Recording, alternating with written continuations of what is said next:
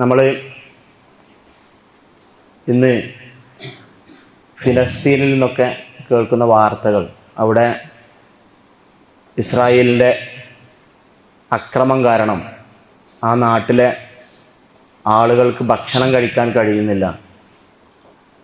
അതുപോലെ തന്നെ അവിടെയുള്ള കുട്ടികൾ, പിഞ്ചുമക്കളൊക്കെ ശരീരത്തിലെ മാംസമെല്ലാം ഇല്ലാതെയായി, ഒരു തരത്തിലുള്ള പോഷകാഹാരങ്ങളും ലഭിക്കാതെ, വിഷപ്പടക്കാനുള്ള ഒന്നും ലഭിക്കാതെ അവരുടെ ശരീരത്തിലെ അസ്ഥികൂടങ്ങൾ മാത്രമായി അവശേഷിക്കുന്ന ജീവിതങ്ങൾ, അതിൻ്റെ ചിത്രങ്ങൾ നമ്മൾ സോഷ്യൽ മീഡിയയിലൂടെയും മറ്റുമൊക്കെ കണ്ടുകൊണ്ടേയിരിക്കുന്ന സമയമാണ്.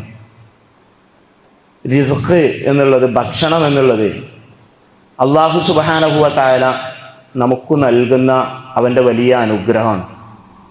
ആ അനുഗ്രഹം അത് നമുക്ക് തടയപ്പെട്ടു കഴിഞ്ഞാൽ നമുക്ക് നൽകുവാനായിട്ട് ആരും ഉണ്ടാവില്ല. അല്ലാഹു സുബ്ഹാനഹു വ തആല നമുക്ക് ഭക്ഷണം നൽകുവാൻ ഉദ്ദേശിച്ചാൽ മാത്രമേ നമുക്ക് ഭക്ഷണം ലഭിക്കുകയുള്ളൂ എന്നതൊരു യാഥാർത്ഥ്യമാണ്.